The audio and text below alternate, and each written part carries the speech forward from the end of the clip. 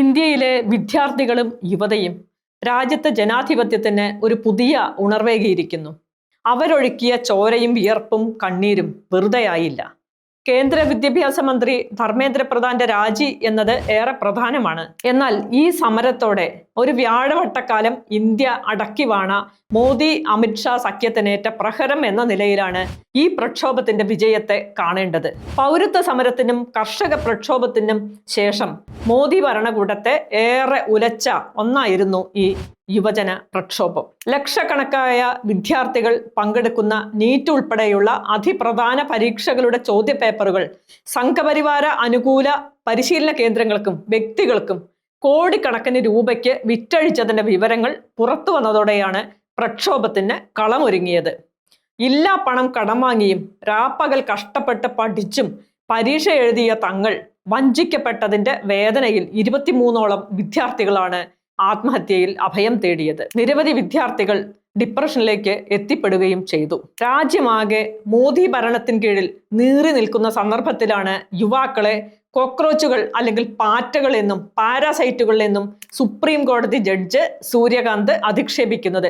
എരിതീയിൽ എണ്ണയൊഴിക്കുന്നതായി യുവാക്കൾക്കെതിരായ ഈ അധിക്ഷേപം പിന്നീട് രാജ്യം കണ്ടത് വിദ്യാർത്ഥികളുടെയും യുവതയുടെയും ആളിപ്പടർന്ന പ്രക്ഷോഭമാണ്. അഭിജിത് ദീപ് കെ എന്ന യുവാവിന്റെ നേതൃത്വത്തിൽ കോക്രോച്ച് ജനതാ പാർട്ടി CJP രൂപീകരിക്കപ്പെടുകയും സമരത്തിന് നേതൃത്വം നൽകുകയുമായിരുന്നു. പ്രമുഖ പൊതുപ്രവർത്തകനായ സോനം വാങ്ചുക് സമരത്തിന് പിന്തുണയുമായി എത്തി. 26 ദിവസം നീണ്ടുനിന്ന നിരാഹാര സമരത്തിനിടയിൽ വളരെ നാടകീയമായാണ് അദ്ദേഹത്തെ അറസ്റ്റ് ചെയ്തത്. പിന്നീട് സർക്കാരുമായി നടത്തിയ ചർച്ചയെ തുടർന്ന് അദ്ദേഹം നിരാഹാര സമരം അവസാനിപ്പിക്കുകയായിരുന്നു. സമരത്തെ ഇന്ത്യയിലെ എല്ലാ പ്രധാന പ്രതിപക്ഷ പാർട്ടികളും ഏറ്റെടുത്തു. പ്രതിപക്ഷ നേതാവ് രാഹുൽ ഗാന്ധിയുടെ നേതൃത്വത്തിൽ പ്രധാനമന്ത്രിയുടെ വീടിന് മുന്നിൽ കോൺഗ്രസ് നടത്തിയ മിന്നൽ സമരം ശ്രദ്ധേയമായി. സമരം ഇന്ത്യയാകെ വ്യാപിക്കുകയായിരുന്നു. മോദി അമിത്ഷാ സഖ്യം കൈപ്പിടിയിൽ ഒതുക്കി വെച്ച കേന്ദ്ര ഭരണത്തിനെതിരെ BJPക്ക് അകത്തുനിന്നു തന്നെ എതിർപ്പുകൾ ഉയർന്നു വന്നു എന്നതാണ് ഈ സമരത്തിന്റെ പ്രത്യേകത. മുതിർന്ന BJP നേതാവും മുൻ മന്ത്രിയുമായിരുന്ന മുരളി മനോഹർ ജോഷി പരസ്യമായി തന്നെ സമരത്തിന് അനുഭാവം പ്രകടിപ്പിച്ചു.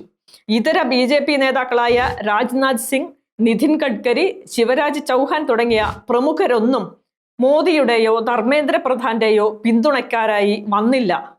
RSS സർസംഘചാലക് മോഹൻ ഭാഗവത് തന്റെ അതൃപ്തി പ്രകടിപ്പിക്കുകയും ചെയ്തു. BJPയുടെ സാമൂഹിക അടിത്തറയിൽ നിന്നും ഉയർന്നു വന്ന യുവജനങ്ങളാണ് ഈ സമരത്തിൽ പങ്കെടുത്തവരിൽ നിരവധി പേർ എന്നതും സംഘപരിവാറിനെ അലോസരപ്പെടുത്തുന്നുണ്ട്. സമരത്തെ ഭരണകൂടം നേരിട്ടത് അതിക്രൂരമായാണ്. പോലീസ് യൂണിഫോം ഇല്ലാതെ സംഘപരിവാര പ്രവർത്തകർ പോലീസിനൊപ്പം മർദ്ദകരായി ചേർന്നുവെന്ന് ദൃശ്യങ്ങൾ വ്യക്തമാക്കുന്നു.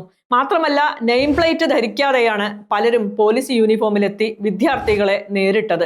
ആണികൾ തറച്ച ലാത്തികൾ കൊണ്ടാണ് പോലീസ് പ്രക്ഷോഭകരെ മർദ്ദിച്ചൊതുക്കുന്നത് എന്നതിന്റെ ദൃശ്യങ്ങളും പുറത്തു വന്നിട്ടുണ്ട്.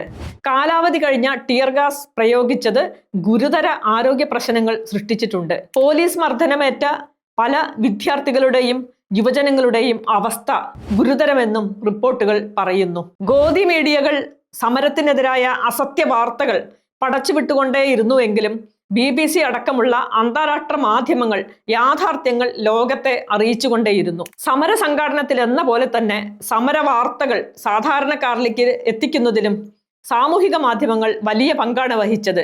സോഷ്യൽ മീഡിയ നിയന്ത്രണങ്ങൾക്ക് അധികാരികൾ ശ്രമിച്ചുവെങ്കിലും അതിനെയെല്ലാം മറികടന്ന് പ്രക്ഷോഭ വാർത്തകൾ ജനങ്ങളിലേക്ക് എത്തിക്കുന്നതിൽ പ്രക്ഷോഭകർ വിജയിച്ചു. ബാബറി മസ്ജിദ് തകർത്തും അയോധ്യയിൽ രാമക്ഷേത്രം പണിതും 2002 ഗുജറാത്ത് വംശഹത്യ നടത്തിയും ഇലക്ട്രോണിക് വോട്ടിംഗ് മെഷീനിലൂടെ ജനാധിപത്യത്തെ അട്ടിമറിച്ചും അധികാരത്തിലേറിയതാണ് നരേന്ദ്രമോദിയുടെ ഹിന്ദുത്വ ഭരണകൂടം. അധികാരത്തിലേറിയ അന്നു മുതൽ നാടിനെ കോർപ്പറേറ്റുകൾക്ക് അടിയറ വെച്ചും ബഹുഭൂരിപക്ഷം വരുന്ന സാധാരണക്കാരെയും ദലിത്, ആദിവാസി, മതന്യൂനപക്ഷ വിഭാഗങ്ങളെയും അവരുടെ മണ്ണിൽ നിന്നും ജീവിതോപാധികളിൽ നിന്നും ആട്ടിയോടിച്ചും മതിച്ചു വാഴുകയാണ് അമിത്ഷാ മോദി ദ്വന്ദ്വം. പൗരത്വ നിയമ ഭേദഗതിയിലൂടെയും SIRലൂടെയും 6 കോടിയോളം ഇന്ത്യൻ ജനങ്ങൾക്ക്, പ്രത്യേകിച്ച് മുസ്ലിം, ക്രിസ്ത്യൻ, മതന്യൂനപക്ഷ വിഭാഗങ്ങൾക്കും ദലിത്, ആദിവാസി വിഭാഗങ്ങൾക്കും പൗരത്വം നിഷേധിച്ചിരിക്കുകയാണ് ഈ സർക്കാർ. ചരിത്രത്തെ വളച്ചൊടിച്ചും ശാസ്ത്രത്തെ തെറ്റായി വ്യാഖ്യാനിച്ചും പാഠ്യപദ്ധതികളിൽ ഉൾപ്പെടുത്തിയും വിദ്യാഭ്യാസ മേഖലയെയാകെ താറുമാറാക്കിയ ഇവർ ലോകത്തിന് മുന്നിൽ ഇന്ത്യൻ ജനതയെയാകെ പരിഹാസ്യരാക്കി മാറ്റിയിരിക്കുന്നു. എന്തായാലും മോദി അമിത്ഷാ സഖ്യ ഭരണത്തിന് കനത്ത ആഘാതമാണ് ഈ യുവജന പ്രക്ഷോഭം വരുത്തി വച്ചിരിക്കുന്നത്.